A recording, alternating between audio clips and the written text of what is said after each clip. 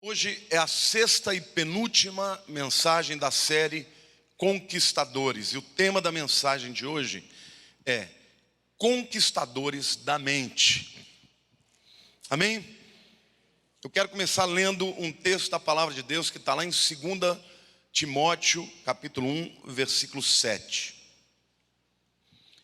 E a Bíblia diz assim: porque Deus não nos tem dado espírito de covardia, mas de poder, de amor e de moderação. Queridos, eu quero que você entenda que na mente de uma pessoa há tanto o poder para construir quanto para destruir. Muitos de nós conhecemos pessoas cheias de potencial, de dons, de talentos, de habilidades, de oportunidades e que acabam perdendo a sua vida por problemas na alma, por problemas na mente, por desequilíbrio. Os seus pensamentos, meu querido, controlam as suas palavras. As suas palavras controlam as suas ações. As suas ações controlam a sua conduta. E a sua conduta controla o seu destino. A mente é muito importante, devemos tratar da mente com muito cuidado, com muita seriedade, com muito carinho, porque ela é a sede das decisões. Isaías 26, versículo 3 diz assim: Tu, Senhor, conservarás em perfeita paz aquele cujo propósito é firme, porque ele confia em ti. De novo, Tu, Senhor, conservarás em perfeita paz aquele cujo propósito é firme, porque ele confia em ti. Este texto de 2 Timóteo 1,7, ele incita em 4 pregações, não é isso? A gente poderia falar sobre o espírito de temor, o espírito de poder, o espírito de ousadia e o espírito de moderação. Hoje eu vou falar somente sobre espírito de moderação. A palavra aqui no grego é sofronismos. E sofronismos significa mente equilibrada, significa mente sã. Literalmente a Bíblia está dizendo que o que Deus tem para nós é uma mente sã, uma mente equilibrada, uma mente sarada, uma mente moderada. Em outras palavras, nós poderíamos traduzir isso também como uma mente que compreende o senso comum. Sim ou não? Até aqui vocês estão acompanhando? Quando estão entendendo, digam amém. Agora, o problema de se perder o senso comum é que onde não há o senso comum, o caos se instala. E hoje, quando eu estava lendo esta palavra e buscando a Deus uma direção, eu pensei muito nos ciclos onde o caos tem sido instalado. No ciclo do indivíduo, no ciclo da família, no ciclo da igreja, no ciclo das nações, no ciclo de toda a humanidade, do mundo inteiro.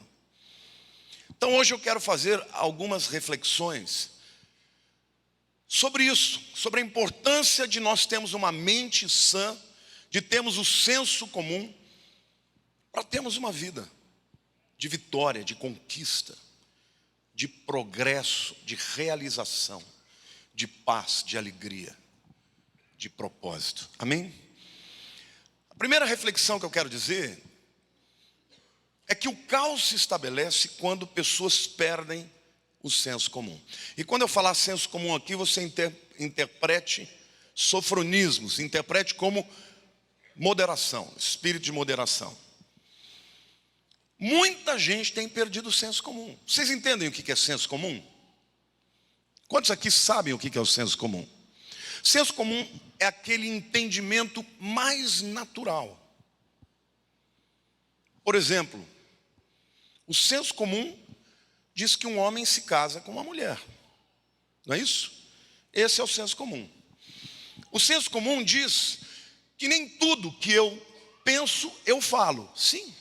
Você conhece alguém que pensa alto, que fala o que quer sem se preocupar com as consequências? O senso comum diz que uma pessoa normal, equilibrada, ela não fala tudo que ela pensa. Ela filtra. Não é? Porque isso faz parte, você não precisa ensinar para uma pessoa isso. A grande maioria das pessoas entende isso. Quando uma pessoa perde o senso comum, ela gasta mais do que ela tem. Quando alguém perde o senso comum, perde o controle das emoções. Quando perde o senso comum, diz ou faz coisas das quais se arrepende, mas não consegue mudar esse comportamento. Quem perde o senso comum passa a acreditar em absurdos. Se nós estamos falando de uma mente sã, de uma mente equilibrada, saiba que todas as patologias da mente criam de alguma maneira uma realidade diferente da verdade. O que é uma paranoia? Paranoia é mente no grego, né? Paranoia é um indivíduo que cria uma mentalidade paralela, ele vive um outro mundo. O esquizofrênico tem mania de perseguição, também cria uma outra realidade. O bipolar é aquele que vive entre dois mundos, entre a ousadia exacerbada e a depressão profunda. O obsessivo compulsivo é aquele que não consegue se abstrair das coisas e tem um foco, um alvo, um objetivo e vive para aquele foco. Não consegue abstrair as coisas. Então você percebe claramente que todas as patologias da mente nada mais são do que uma mente caótica, que não tem o senso comum. Então, querido, buscar uma mente sã é o primeiro passo de uma vida de conquista, de realização, de testemunho, de felicidade. Amém? Mas o caos, em segundo lugar, também se estabelece quando famílias perdem o senso comum. Hoje nós vivemos num tempo em que os pais deixaram de ser exemplo para os filhos. Onde os filhos, que deveriam naturalmente honrar e respeitar, afrontam e muitas vezes agridem fisicamente os pais. As famílias estão fora do senso comum. Maridos abandonam esposas por causa de mulheres que têm idade para ser suas filhas. E esposas abandonam maridos por causa de meninos que podem ser seus netos.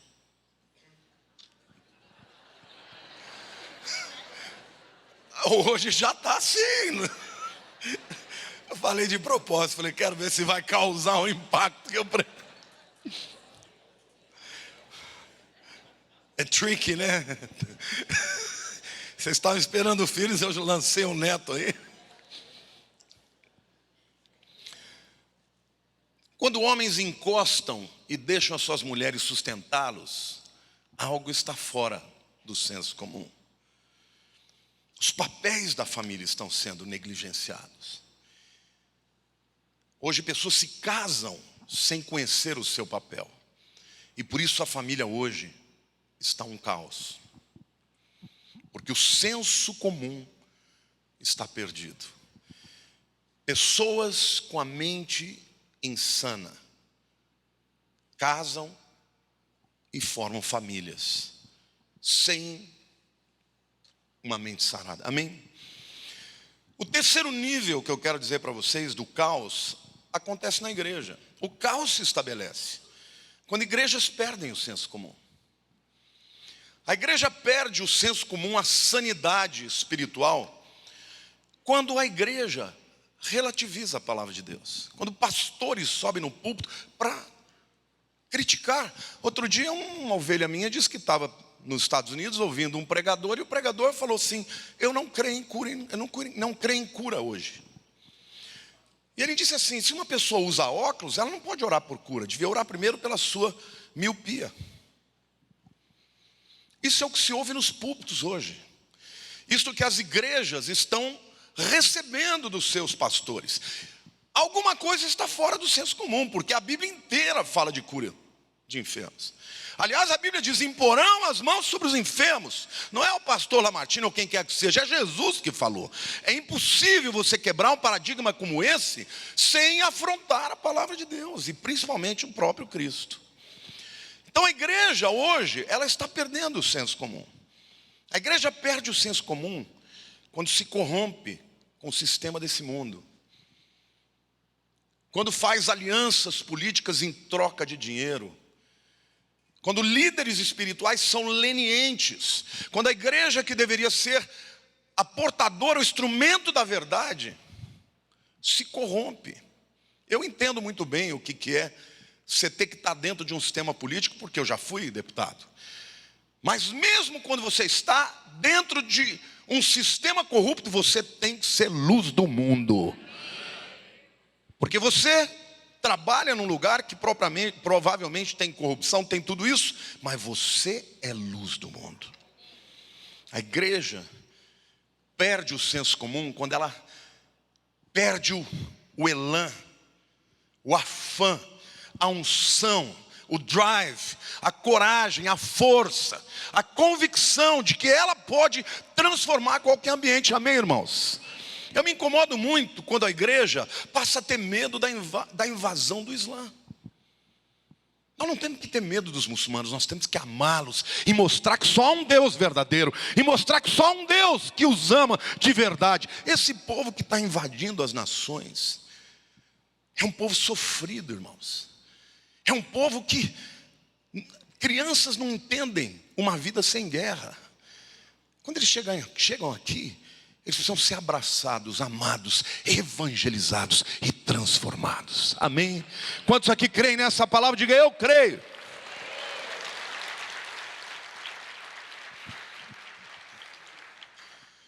Mas o caos também está se estabelecendo no mundo inteiro.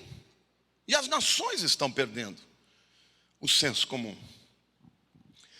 Eu vou dar alguns exemplos aqui.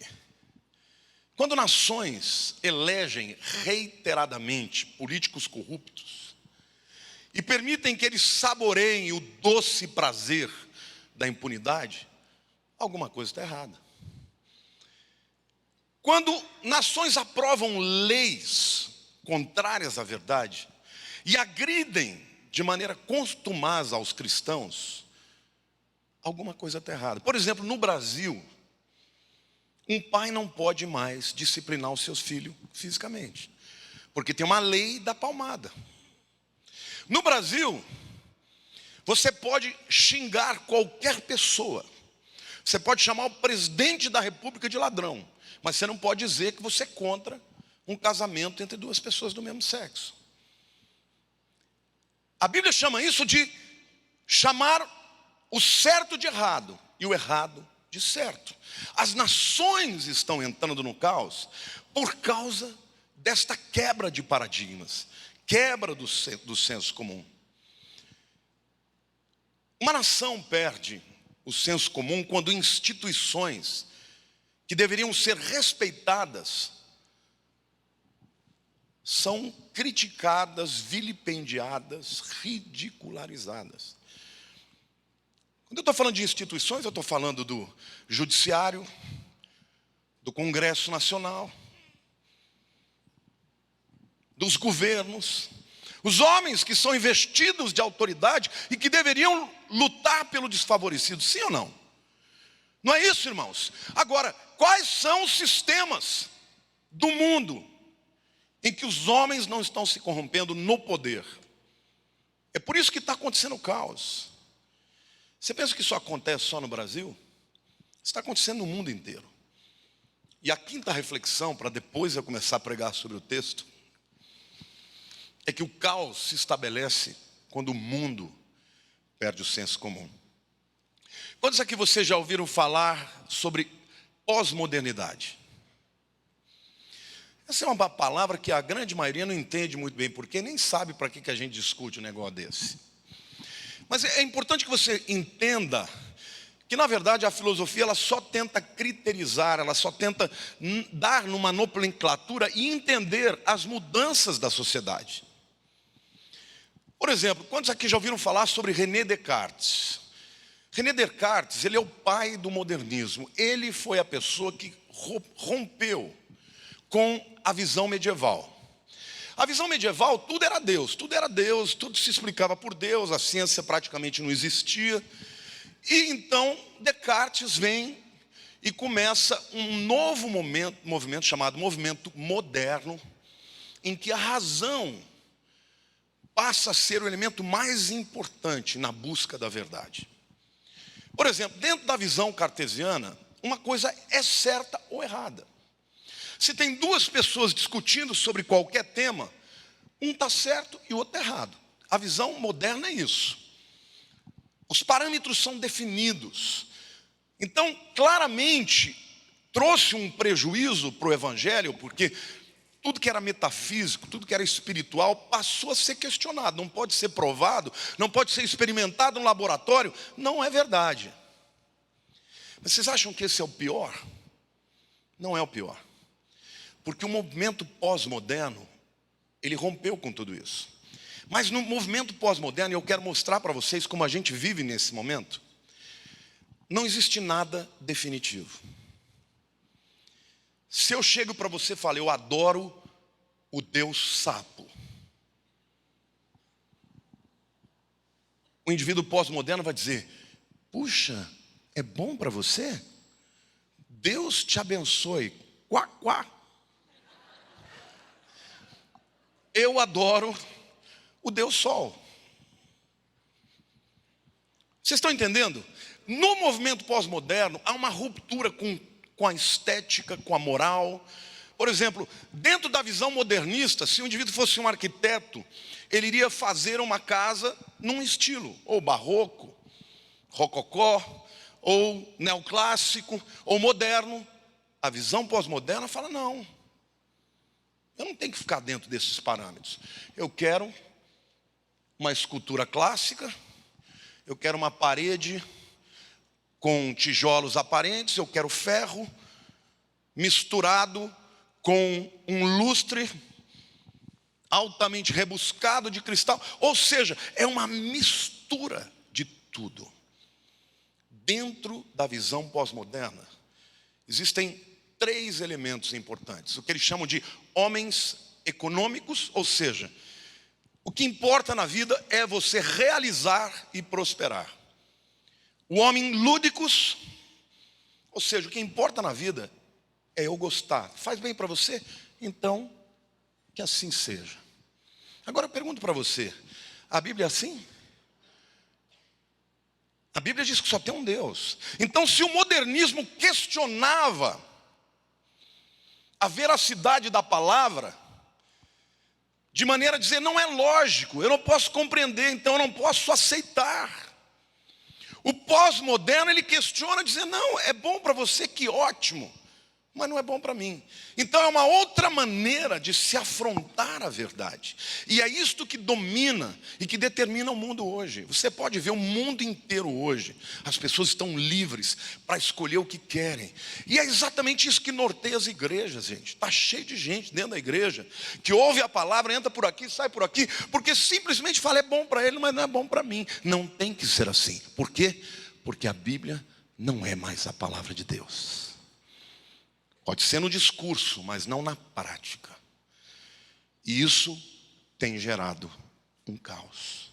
Olhe para a pessoa do teu lado e diga assim, mas Deus quer que você tenha uma mente sã. Eu recebi um post essa semana e eu dei uma filtrada, né, porque tinha algumas coisas lá que não dá para falar. Mas ele faz um quadro assim, mais ou menos, do que acontece na visão da mídia mundial.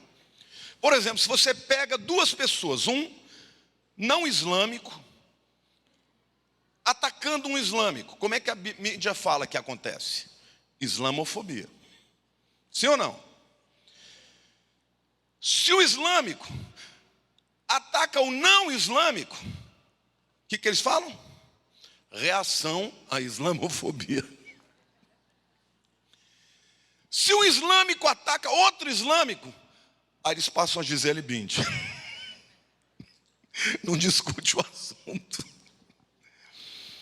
Ou seja, não existe razoabilidade. Aí, por exemplo, um ateu ataca um cristão. Aí se discute a necessidade do desarmamento. Que isso é uma temática que se briga muito, principalmente nos Estados Unidos. Se o islâmico ataca um chargista, eles dizem, tem que ter censura. Se um islâmico ataca um cristão, temos que lembrar das cruzadas. Se um israelense mata um terrorista, fora Israel. Se um terrorista bota um revólver num israelense e mata o israelense, fora Israel. Se um terrorista mata uma criancinha judia decapitando, fora Israel. Eu achei engraçadíssimo, essas coisas não dá nem para rir, né? É para chorar. Mas é a verdade. Não existe senso comum. Não existe razoabilidade, o mundo está louco, irmãos. Deixa eu dizer uma coisa para vocês. Nesse momento que eu estou falando com vocês, o Irã está fazendo bomba atômica. Nesse momento. Agora, como é que podem deixar uma nação desenvolver urânio, dizendo que não vão fazer bomba atômica, quando eles publicamente já disseram que eles vão destruir Israel e os Estados Unidos? Eles já falaram isso. Agora, é caos quando o presidente americano, sabendo de tudo isso, faz um acordo nuclear com eles. Irmãos, a Bíblia diz que isso ia acontecer no final dos tempos. Mas a gente percebe como a mídia é tendenciosa. Vocês já perceberam isso? Como existe tendência, falta de razoabilidade? A mente das pessoas está embotada. Olhe para a pessoa do teu lado e diga assim: você, mais do que nunca, é necessário nesse tempo de trevas. Diga, agora a luz tem que brilhar. Amém? E nós temos que orar pelo Brasil, porque o PT, meu querido, só fica do lado errado. Lula levantou a mão do Ahmadinejad, um carniceiro, um assassino. Dilma dizendo, precisamos conversar com o ISIS.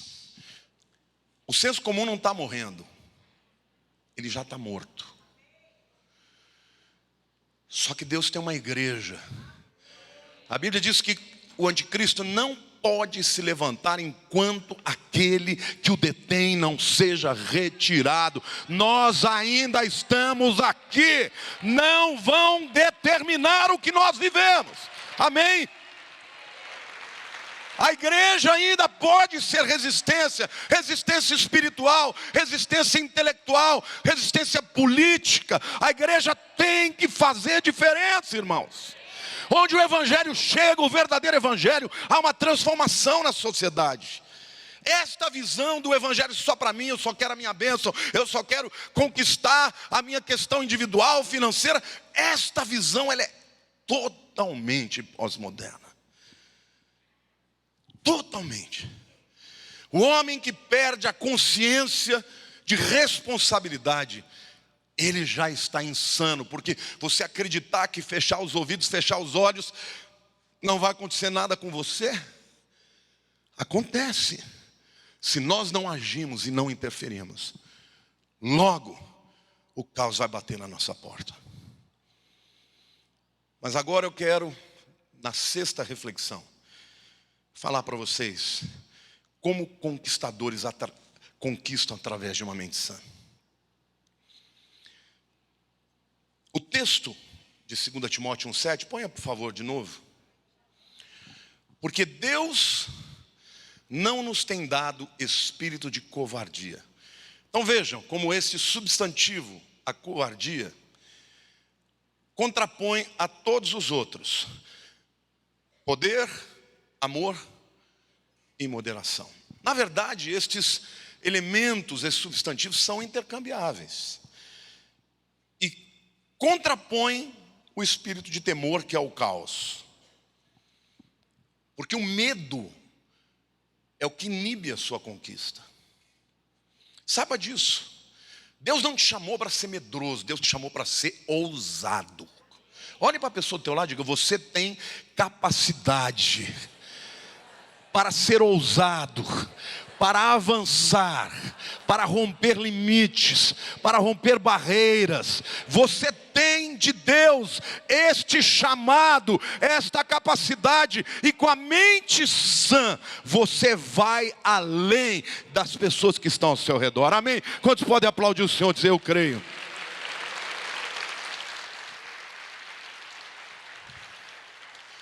Se os navegadores tivessem medo, nós não estaríamos aqui. Se os abolicionistas tivessem medo, o mundo não teria negros na presidência de nações. A nação mais poderosa americana tem um presidente negro. Por quê? Porque homens ousaram dizer: eu não creio que tem que ser assim. E eu não me conformo, eu vou lutar contra isso. E eu vou mudar isso. E que bênção quando um Martin Luther King Jr. era um pastor. Que bênção quando homens de Deus descobrem que eles têm um papel social para transformar a sociedade. Querido, hoje nós temos que sair dessa visão: é para mim, é para mim, é para mim. Deus te chamou para você ser levantado com uma mensagem de transformação, influenciar, fazer trabalho de formiguinha, até que a nação seja invadida pela visão do Evangelho que é transformador. Amém? Aplauda o Senhor, diga: eu creio.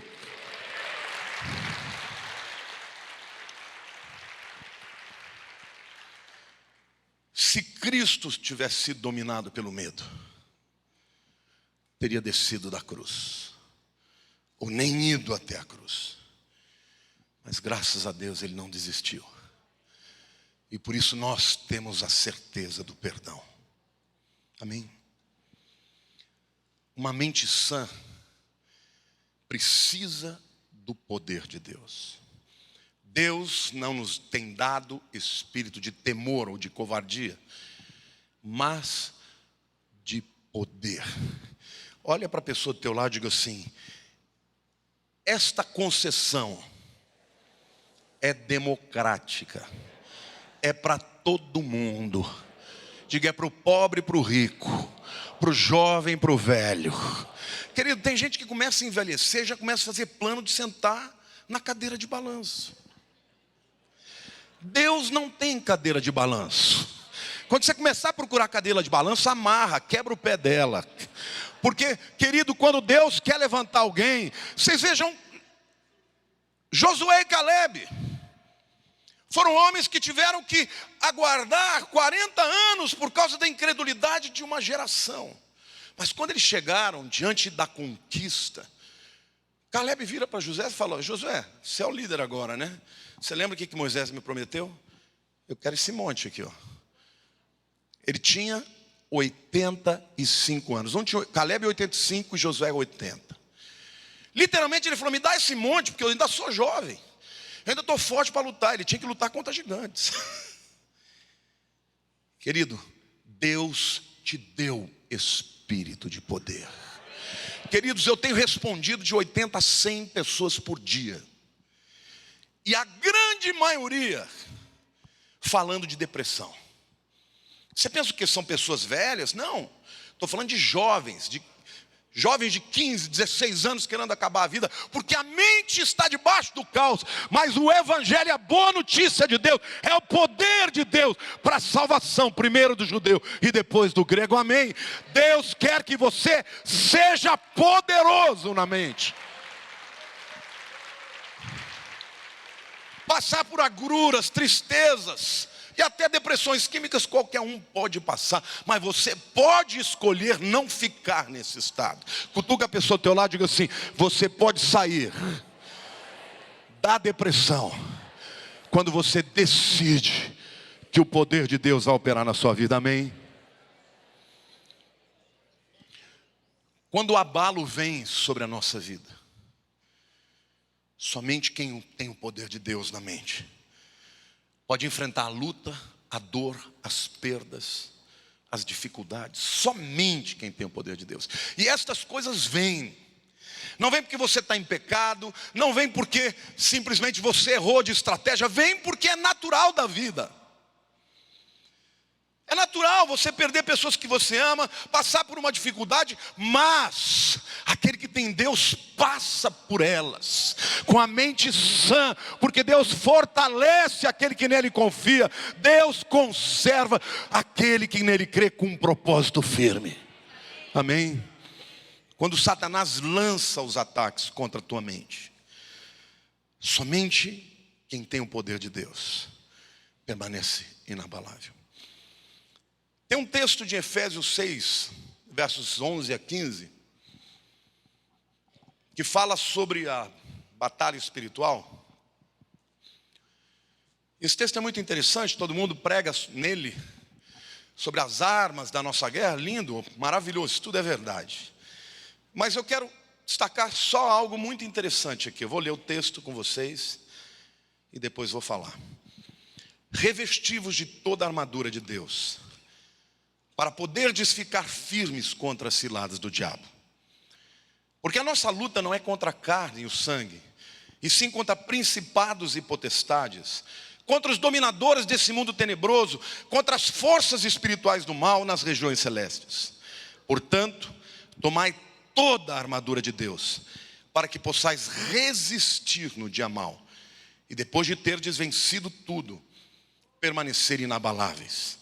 Estais, pois, firmes, cingindo-vos com a verdade e vestindo-vos da couraça da justiça.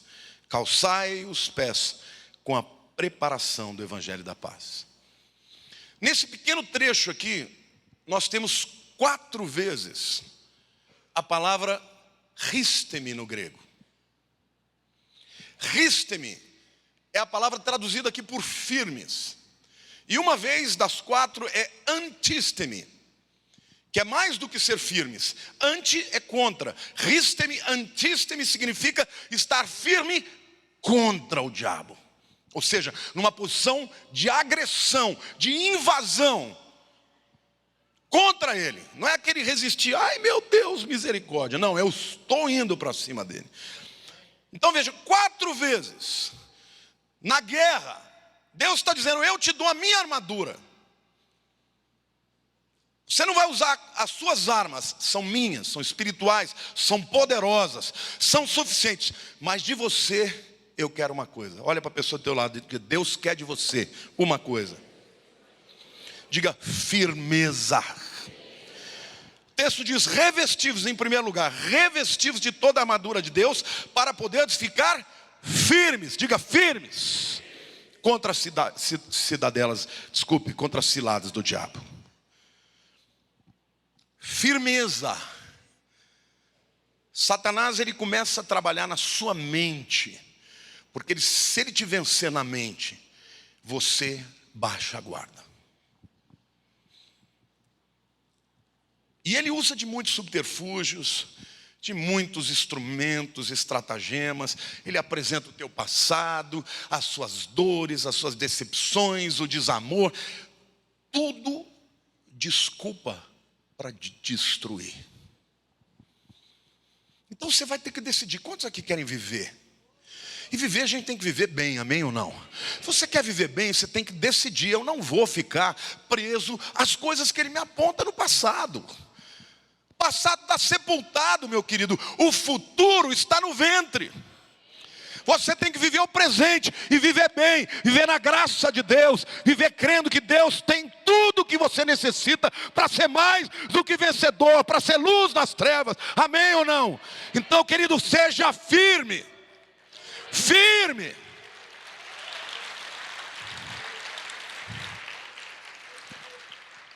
Depois ele repete de novo, e querido, se ele fala 4 vezes a mesma coisa, acho que ele está pintando de vermelho, né? É para valer. Olha para o teu irmão e diga, é para valer. Portanto, tomai, a segunda vez, toda a armadura de Deus, para que possais resistir. Agora é antistemi. Interessante isso. Os exércitos que lutavam contra os romanos, eles não queriam saber de lutar no corpo a corpo. Porque os romanos, eles entravam em Cunha. E eles entravam fechados, um guardando o outro. No corpo a corpo não tinha vitória. Então eles lançavam dardos, flechas, né, inflamadas, eles faziam de tudo. Mas no final ia ter uma guerra corpórea. E a Bíblia está dizendo que contra o diabo você tem que lutar sim. Quando ele usa a figura, a nossa luta não é contra a carne e o sangue. A palavra grega é para a luta romana, o wrestling dos nossos dias. É luta corpórea. Com o diabo você luta no corpo a corpo. E a Bíblia diz que você tem que ter a armadura de Deus, porque na tua habilidade, na tua força você não pode. Mas quando você está na armadura de Deus e tem dentro de você a disposição para resistir, a Bíblia diz: sujeitai-vos, pois, a Deus e resistir ao diabo. A mesma palavra, ele está vindo, você vai para cima dele. Você não resiste o diabo dizendo, ai, ai. Você resiste o diabo dizendo, sai que eu estou entrando, sai que eu vou dominar, sai que essa casa é minha, sai que essa cidade é minha, sai que essa nação é minha, sai que essa igreja é minha. Amém? Faça isso, meu querido, e você vai ser mais que vencedor. Firmeza, a igreja tem que ter firmeza. E o texto ainda diz, para que possais resistir no dia mau. E sempre haverá um dia mau. Não adianta amarrar, está amarrado, não adianta amarrar. Vai acontecer. E quando acontecer, tem que resistir. Porque do mesmo jeito que ele vem, ele vai. O choro pode durar a noite inteira, mas a alegria vem ao amanhecer. E depois de ter vencido tudo, olha para o teu irmão e diga, dá para vencer tudo. Permaneceis o quê? Inabaláveis, rísteis, firmes. Veio o furacão, veio o vento, veio o terremoto, caiu tudo. Quando for contar a história, você está de pé. Por que você está de pé? Porque a sua mente é firme, é tranquila, é moderada. Amém? Queridos, a batalha contra o diabo você ganha na mente. O teu espírito já está preservado. A batalha é na mente. E a última vez ele diz, quarta vez, estáis, pois, firmes, riste-me de novo, cingindo-vos com a verdade e vestindo-vos da couraça da justiça. Sabe, meu querido, quando Deus está dizendo que o temor não veio dele, é para você não ter dúvida, não ter dúvida. Quantos temem alguma coisa? Pode ser sincero, levanta a mão. A gente tem medo, muitas vezes, de perder uma pessoa que a gente ama. A gente tem medo de perder um emprego. A gente tem medo de ficar doente. A gente acaba tendo medo de morrer. Isso faz parte da finitude do homem. Você não é maluco. Você olhar e tiver um tigre solto, você tem que ter medo. Se você não tiver medo e correr muito, ele vai te comer.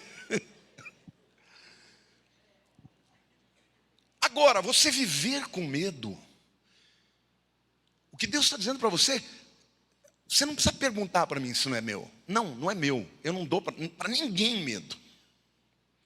Aliás, quando a Bíblia fala que o princípio da sabedoria de Deus é o temor, é muito bom quando você lê no original, né? A palavra ali, o temor a Deus, né? O princípio da sabedoria, o temor a Deus, a palavra ali não é medo. A palavra ali é da mesma raiz de ver. Porque na verdade, quando alguém enxerga quem é Deus, concebe, compreende, fica pasmo. Você já viu alguma coisa muito grandiosa? Eu me lembro que a primeira vez que eu fui a Nova York, 2 vezes eu tive esse sentimento. Primeira vez que eu fui a Nova York, quando eu olhei aqueles prédios daquele tamanho, olhando de baixo, eu falei, uau! É esse espírito de uau! E a segunda vez, quando eu estava caminhando, não, dirigindo pelos Alpes suíços. Eu falei, Lilian, eu achei que no Brasil tinha montanha, a gente tem morrinho. Montanha é isso aqui. É um sentimento de você ver a grandeza. É isso que a Bíblia diz. Deus não quer que você tenha aquele medo de fugir dele. Só foge dele quem está em pecado, como Adão. Mas quem sabe que está debaixo da sua graça, olha, estremece da grandeza e da maravilha. Portanto, qualquer temor que domine o seu coração não vem de Deus. Ele vai corroer, vai solapar, vai diminuir, vai fraquejar a sua mente. E é por aí que o inimigo entra. Porque aí ele entra com concepções, com sofismas, com raciocínios lógicos, porém falaciosos. E aquele que volta para Deus e diz, Senhor, isso não vem de ti. Eu recebo a paz que excede o entendimento. Eu não sei como, não sei quando, não sei de que jeito, mas eu sei de uma coisa: o Senhor é fiel e o Senhor quer o melhor para mim. Olhe para a pessoa do teu lado e diga, Deus te ama, meu querido. Ele cuida da tua vida. Amém. O texto diz que Deus não nos deu o espírito de temor, mas de poder, de amor. Aqui está outro segredo maravilhoso de você viver sem temor. Porque a Bíblia diz que o amor lança fora o quê? O medo. Não é o amor de qualquer um, porque o amor dos homens nos decepciona, mas o amor de Deus é incondicional. Você sabia que Deus não deixa de te amar 1 milímetro quando você peca? E Deus não te ama 1 milímetro a mais quando você anda na justiça. Ele te ama porque Ele te ama. Eu me lembro que a primeira vez que eu entendi o amor de Deus foi quando eu vi a minha filha. Eu olhei para aquele bichinho e falei, que coisa esquisita. É porque a mãe carrega dentro já desde cedo, ama, conversa, né? A gente que não carrega, quando vê, fala, nossa, agora eu sou pai. Mas imediatamente eu fui invadido por uma coisa maluca. Amor incondicional. O amor de Deus. Querido, quem te ama é aquele que nunca perdeu uma batalha. É aquele que controla o destino da história. É aquele que tem escrito o livro que está selado com 7 selos. Quem escreveu é o teu papai. É aquele que te ama e cuida de você, amém? Uma mente que não sente o amor de Deus é dominada por rancor, por amargura. Você está vivendo amargura? Então porque você não está sendo amado. Porque quem é amado não é amargo. Querido, você passa fome, mas com amor você vence. Você vence, você luta contra a traição, mas se tiver alguém que te ama, você passa na boa. Eu quero te dizer, Deus te ama tanto. Você precisa experimentar o amor de Deus, porque é o amor de Deus que vai fazer você vencer esta mente insana. Uma mente dominada por rejeição, ela é predisposta à vingança. Ela é levada muitas vezes ao suicídio. Uma mente dominada pelo desamor pode ser levada a atos monstruosos.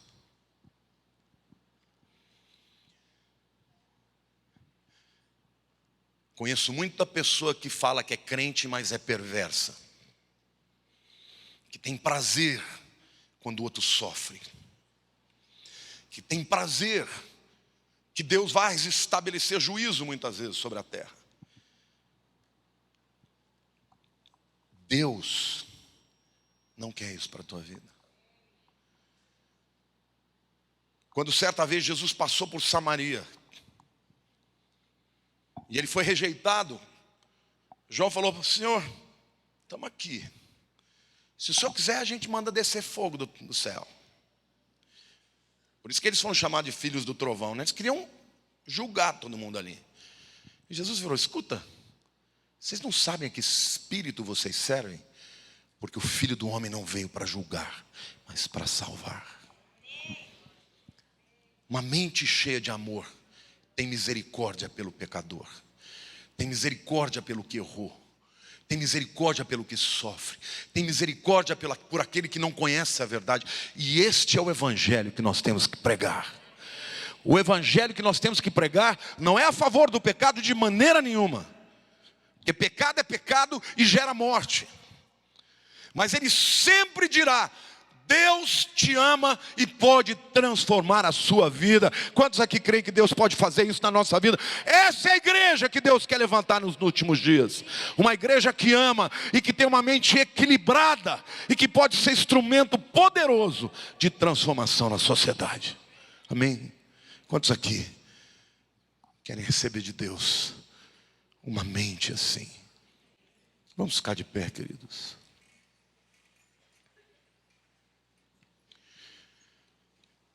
Feche os seus olhos.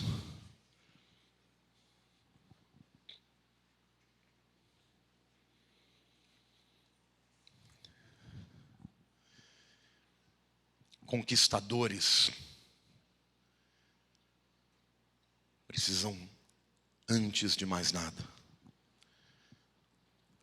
serem conquistados na sua mente pelo Senhor. E hoje você vai apresentar a Deus. Eu gosto muito de fazer apelo em toda palavra que eu prego. Porque a palavra, ela sempre nos coloca na posição de ter que decidir.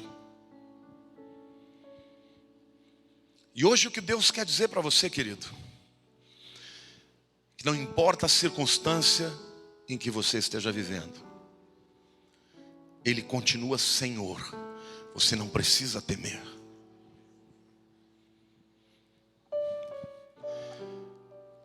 Não importa o teu background, o teu passado, a tua história de rejeição. Talvez tenha sido abandonado por pai, por mãe.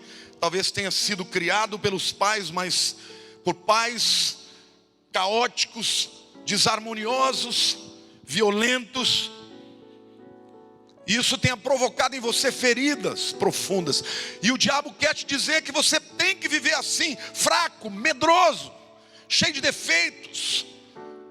E o Senhor está dizendo para você: eu te amo e amei a ponto de mandar o meu único filho para que você possa ser transformado. Então, meu querido, hoje a decisão é tua. Você pode continuar fraquejando para a esquerda ou para a direita, ou você pode dizer: Deus, sozinho eu não posso, mas com a tua armadura eu enfrento qualquer inimigo, até o diabo. Levante a mão para o céu, você vai apresentar para Deus. Diga: Senhor meu Deus, eis-me aqui, apresento a minha vida, meus pecados do passado, meus temores do futuro. Mas hoje eu entendi que a armadura que o Senhor dispõe é a tua armadura. Então o que me envolve, o que me prepara para viver neste mundo de maneira vitoriosa, não é o meu histórico, não são as minhas habilidades e capacidades, mas é o teu poder. E se o Senhor disse que é para mim, eu tomo posse. Eu vou andar neste mundo com firmeza, com confiança, com fé, porque tu és fiel. Os homens são infiéis, mas tu és fiel. Eu sou infiel muitas vezes, mas tu és fiel. E em nome de Jesus, eu vou me levantar neste tempo para ser instrumento de transformação na minha família, na minha igreja, no meu trabalho, na minha cidade, no mundo. Eu creio que enquanto Jesus não vier, a igreja ainda conquistará multidões para a honra e glória do nome de Jesus. Amém.